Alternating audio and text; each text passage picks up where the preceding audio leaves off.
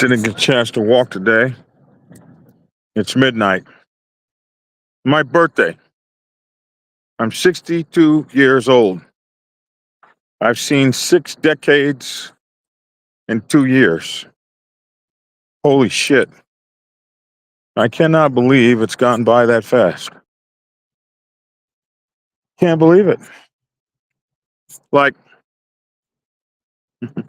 yesterday I was 28 years old and riding hard in a motorcycle club. Now I'm 62. I got all kind of issues, all kind of medical issues, but I'm out here. I still feel good, getting skinny, dropping this weight, 336 pounds, down from 365 pounds less than 40 days ago. Let's get with it. On my birthday tonight, today, first of all, I want to wish me a happy birthday. Like cowabunga. Like, bro, I'm out here. And mofos are dropping left and right. You guys have seen me have a few sick episodes where I couldn't finish my show and stuff like that. So, yeah, you got to do whatever you can do to get your health right and keep it right. And an ounce of prevention is better than a pound of cure. So take my word for it. Go get your butt checked. They got to go up it with that microscope thing so they make sure you don't have that cancer. Get your scrotum checked. Get your all that. Get that shit checked out, yo. So tonight we're going to talk about what kind of sergeant at arms you want to be out here in this world. There's a couple of kind of ideas for sergeant at arms. And they all come down to the same thing. What you mean to the club and what you're doing for the club. That's what it comes down to. But I recently went through a scandal in my own club where I watched the sergeant at arms determine that he wanted to be a puppet rather than a balls hanging, ball swinging, not afraid of anybody sergeant at arms that runs the discipline and the justice of the club. So really was disappointing to me because I brought that kid into my heart, into my bosom, into my soul. I brought him to my dragon's lair. And I always taught him and I always shot square with him and I shot straight up with him because I really believed he was going to be something more than a backstabbing fucking turd. The kind of guy who actually leaked a document about a club brother, me, to the entire world as though that document were true. Leaked it off of his cell phone. It was tracked back to his cell phone using Cashapp. Some woman figured that out. You got to be careful with women. They're smart as hell, bro. And it was just sad that Offset would do these kinds of incredulous things. So I use these as teaching moments. As I've done 62 years of this, I've soared the highest heights, or rather 36 years of this. I've soared the highest heights and the lowest lows to this thing that's been my motorcycle club legacy. I've written 7 #1 best selling books, and my newest book, the Motorcycle Club Protocol 101 Handbook. And in it, I talk so much about these principles because these principles are going to determine what kind of legacy you leave Do you leave the legacy of Offset, who actually turned a document over to the media about a club brother? Yet he rose around Colorado and shit like some kind of badass, when really underneath him is this tragic litany of puppet-like behavior. And who was he a puppet for? He was a puppet for the guys who were in charge, the guys who made decisions to snatch colors, demote presidents, not keep their word. These guys who were responsible for taking the motorcycle club back 20 years. Now, a strong sergeant at arms, and you have to determine if you're a sergeant at arms or you want to have that job, or that's a job you're reaching out for, you have to determine what kind of fucking sergeant at arms am I going to be? Because it's not a popular job. If you do it right, you're not going to be liked. You're not going to be heralded. Either one side's going to like you and the other side's not, or nobody's going to like your ass. It's not a liked job. It's a thankless job. And people will try to pitch you into one category or other. So some sergeants at arms are voted on by the club. I think those guys may have it easiest because when you're voted on by the club, you have the opportunity to represent everybody because you've got to get everybody's vote. There are other sergeant at arms that are appointed, like in outlaw clubs and stuff like that. The president gets to, in some clubs, assign his whole senior board. And that's really kind of a cool thing.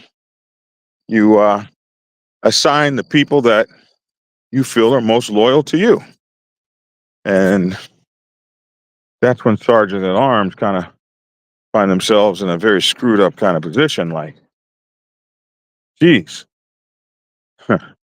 whose boy am I? Am I the president's boy who appointed me?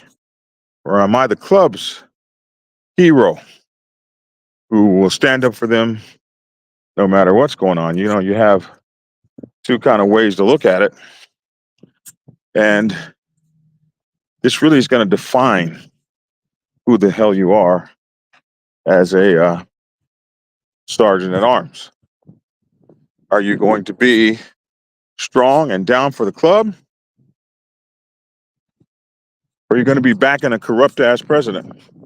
Now, it's not a big issue when your president's not corrupt. Jack! It's not a big issue when your president's not corrupt. And a lot of times, guys get good presidents that aren't corrupt. But when you get a corrupt president, and this can happen so casually. It can be a casual thing, like everything's going good for years. And then all of a sudden, the corruption comes out of nowhere. And the first time you turn your head, and I've talked to so many sergeant at arms. Remember, there's this one big Christian club. This club was so famous, they even prayed over me once. And hell, come to find out the national president was sleeping with the men's wives and all kind of craziness.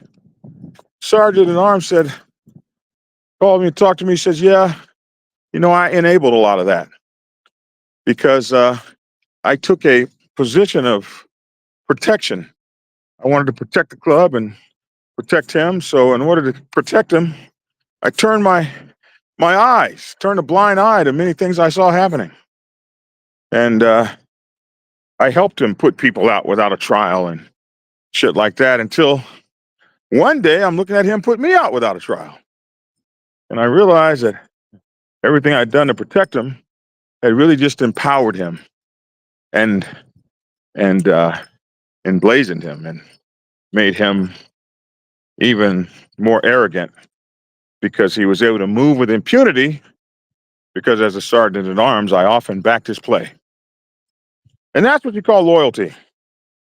But who do you want to be loyal to? Do you want to be loyal to a man or loyal to a club? You know, I look at presidents and national presidents like preachers. They are representatives of God. Imams and rabbis and all those guys, swamis and on and on. These guys are representatives of God. And since you can't really normally see God on a daily basis, unless like you can look at the moon there and see God in the moon, but you can't really see a personification of God in human form. So a lot of times we tend to attribute God-like characteristics on the people we believe to be close to God in the way that they behave and in the teachings and the leadership that they give, to the point that we find ourselves replacing God for them. And they become the gods. This happens in motorcycle clubs too. You look at a successful and charismatic leader and you start to not hold him accountable for his actions because he becomes godlike. That's my president. That's my national. That's my prez. And you start to, like with preachers, you start to band closer to them than you band to the church. I dated this girl many years ago, many years ago. And yeah, I was like 17. She was like 14, 15. And she found herself in a group home for girls. Her name was Fakewood. I don't know whatever happened to her.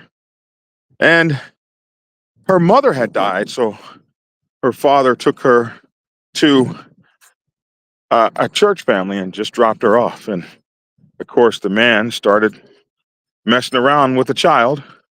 And at some point, it was discovered. And so they had to stand before the church and admit their sins. She had to admit her sins.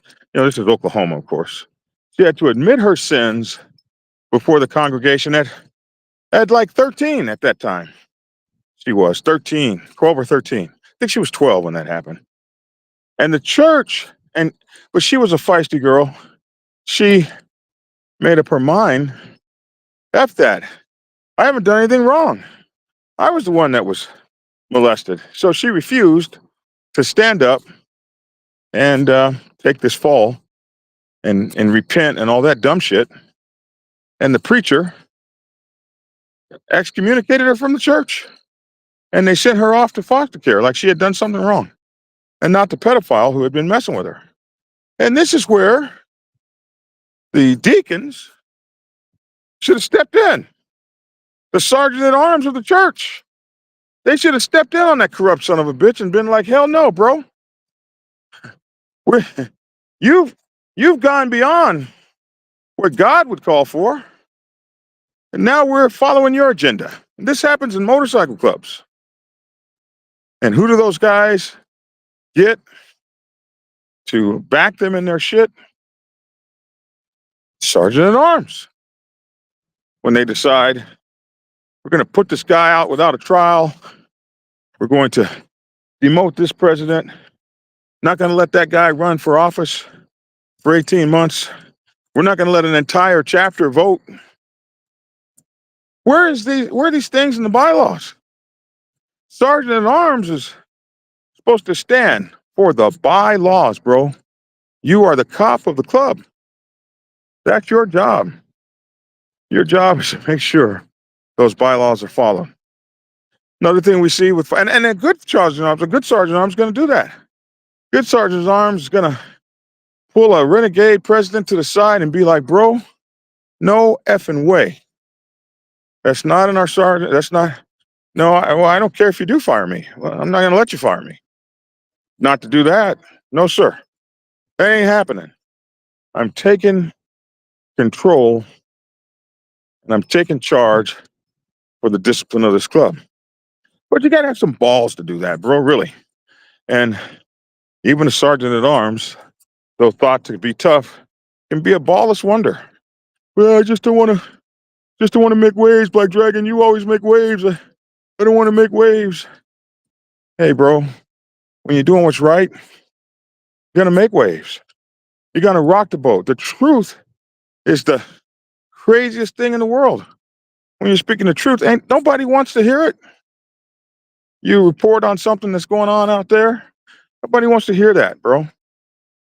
So yeah, if you're gonna tell the truth and speak power and life to truth, yeah, you're gonna have enemies. But your club will be protected. The legacy of your club will be protected. And the men you are sworn to protect will be protected. Then another thing I see is people who fall on the bad side of the club. Nobody likes them. Every time you turn around, they're in something. Everybody's spreading rumors on them. Nobody really wants to be around them. They're really just hard to get along with people. And it's easy to just shun those people and get rid of them, except for the fact that they wear a patch and they're part of the brotherhood. That makes it tough because those kinds of people, you really don't want to help. You really want to let them guys just go, man. Go on. Just go on. But you're sworn to protect the mighty and the small, the liked and the not so well liked, the popular and the unpopular, those voted most likely to succeed and those voted most likely to fail. They all come within your purview, Sergeant at Arms. I wrote a book called Sergeant at Arms Bible, #1 bestseller for years. In Sergeant at Arms Bible, I illustrate what a sergeant at arms is responsible to do. And the biggest and most important point was, bro, you got to stand for what's right. If you don't stand for what's right, who in the hell will? You are the ultimate police figure, authority within the MC. You don't stand for what's right, who in the F will? And if you can go to sleep knowing that you didn't stand for what's right, you're the worst piece of shit we ever brought into our club. Because nobody's safe. Nobody. Not even that clown you're protecting. So when the club decides to turn on him, like he's turned on everyone else, and they break the rules and the bylaws to get him out, you'll stand there like a bump on a log, some tits on a boar, and do nothing then either. That's why Caesar said, even you, Brutus, you're my sergeant at arms. What the hell's going on? You gonna stand by while these senators stab me all up and shit? Yeah, because he was a ballless wonder. And that's what you guys are. You have no balls. You have no ability to stand for what's right. You have no loyalty and you have no integrity. Loyalty to a man when you belong to an organization is not loyalty at all. That's filthy. That's bending a knee, kissing a ring, sucking a penis. That's what that is. Taking one in the bum. If you are part of an organization, your loyalty is to the betterment and the greatness of the org, the motorcycle club, the fraternity, the police department, whatever your thing is, that's where your loyalty should lie. And it's not easy. It's not easy for a president. It's not easy for anyone. And it's certainly not easy for a sergeant at arms. But I never promised you the road would be smooth or not rocky or even easy. I never promised those things. I told you, following MC protocol, provides the best practices for governing and running your motorcycle clubs that there can be out there. And this is what I wrote in the Motorcycle Club Bible. I wrote how to do these things the absolute best, because that's what you promised. You promised your men that you would do the best for them. Tank! Oh, there you are. Good dog. I like that. Stand next to me like that. I'll try to look for you better. So that's what I want to talk to you guys about tonight. I wanted to talk to you about what's it going to be. Pick one. You're going to be for the MC, or you're going to be for the bullshit? You're going to be for what's right. You're going to be for the corruption. And it's not what you think is right. It's not what you feel is right. It's what you can prove is right. If there's no proof, it ain't right. If there's no evidence, it's not right. Why is this guy gonna come with this music and demonetize my? What's up, bro? Oh my God. All right, so now my video is demonetized because it feels like everybody needs to hear that shit. What's he doing in this parking lot at 12:50 in the morning? We got to find some more desolate places to walk, guys. Well, I guess it's because we're by the Goodwill. And we got bums over there just hanging out on the railroad tracks. Well, you just picked the right place to walk tonight, bros. I'm glad I have both of y'all with me, though. We got bums laying over there. Man, them guys was looking at me all hungry, like they wanted to eat, and then they saw you two. And that changed that. I appreciate you two, I really do.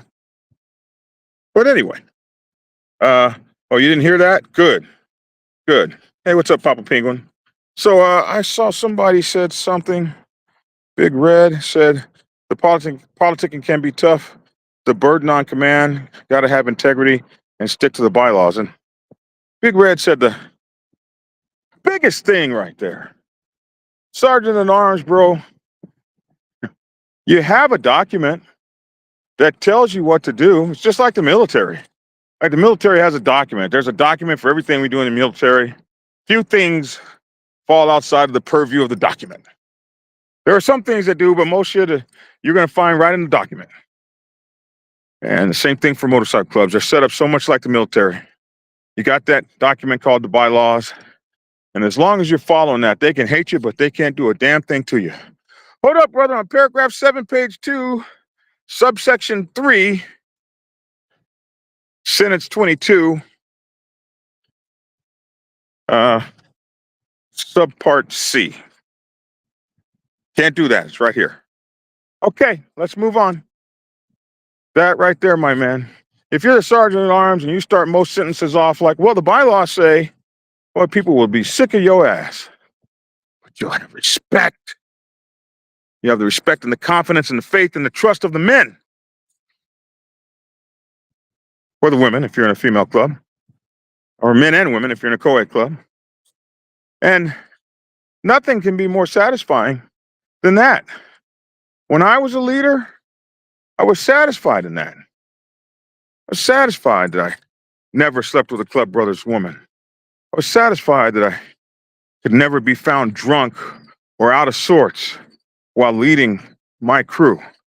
I was satisfied that I carried myself with integrity and I followed the bylaws as best I could. And that's what I want from my sergeant at arms. And that's what I want for you guys. I want that for you. I've been walking 24 minutes and we got almost 1 mile walked. We've got a heart rate of 107, 2,056 steps. Man, we're getting it. 336 pounds. I've been that for like 4 days now. Don't seem to be able to drop. Come on, Tank. Don't seem to be able to drop beyond that. Looks like somebody else is out here walking too, or that's another bum. Tank, tank, tank. Let's go. I don't know who that is. Tank, put your tail down. I already see you getting ready to get live. Come on. Tail down. Come on. Come on, bro. Yeah, you got that whole tail pointed shit going on. Come on. Come on, good dog. Good dog. Appreciate that. So anyway, we're heading back to the truck now. That's what I want to talk to you guys about tonight. Doing good, BD. You got this. I appreciate that. So as I was telling you guys earlier, this is my birthday, and I'm happy to be 62 years old. Holy shit. 62. Hope I can get another 20 or 30 in. That'd be nice. But I know so many of my bros that didn't make it this far. So I'm very happy to have made it this far. Very happy to have done something that I'm known for. And very happy to still be with you guys. Tank! Boy, if you don't get over here. Tank! Still got to do some training on this one. But you guys know, he came as a stray. He's still got those stray tendencies. Come on, little man. You're so bad. Don't be just happy-go-lucky walking like I haven't been screaming for you for 10 minutes. Come on. Why you can't be like him? Notice how he's never more than 5 feet away from me? Dogs. Come on, Tanker. Good man. Look at that. Look at my good dog. Look at my good stray dog. He was almost living in the streets. Just so you know, I came and got you over at that dog pound. There was 500 of you mofos in there, all pits. Nobody wants y'all's ass. I'm the only fool out here. So anyway. Oh, thank you, Emmanuel. Oh, he's adorable. Is that what you think? Oh my goodness. Anyway, hey, where's your ball, man? Where's your ball? How come you no longer have your ball? These guys, they lose these $13 balls like I got money. And I don't. Okay, that's it for tonight. There's the truck over there. So did we do a mile? Yeah, look at that. We did a mile. 1 mile, 0.06, 27 minutes, 2,292 steps. You guys did a mile with me this morning, and I certainly appreciate that. He's all waggy tail. Hey, Daddy, you good? Yeah, he's all waggy tail. I think he's only about 2. He acts like a little baby. I guesstimate he's about 2.5 maybe. So he's a big crybaby, but I love him to death now. You guys saw me when I first got him. I was terrified of that damn dog, especially the way he attacked Brutus. Now Brutus beats the hell out of him. I don't know how that changed like that. But anyway, okay, man. See you guys later about 10 something in the morning. I'm getting ready to go home and go to bed. Had to knock this walk out because I didn't walk today. Hey, listen, all you guys that order books, I have the books now, so I'm sending them out to you. And just thank you for buying them. Motorcycle Club Protocol 101. Hey, also, listen, the #1 metric in all of YouTube for measuring the success of a channel is the like button. I would appreciate it if you would hit that like button for me, increase my algorithm so I can get out to more people. Also, if you would consider buying a channel membership, they're as low as $2.99 a month. They help me bring the content to you that you want to see. And it helps me to do all of these things. Hey, what's up, PA65 Ultra? PA Biker 65, I see you, man. Josh Camp. You guys all have a great night. I'm Black Dragon. That's my 2 cents, Big Red. Love to hear your 2 cents down in the comment section below. Thanks for tuning in. and get skinny.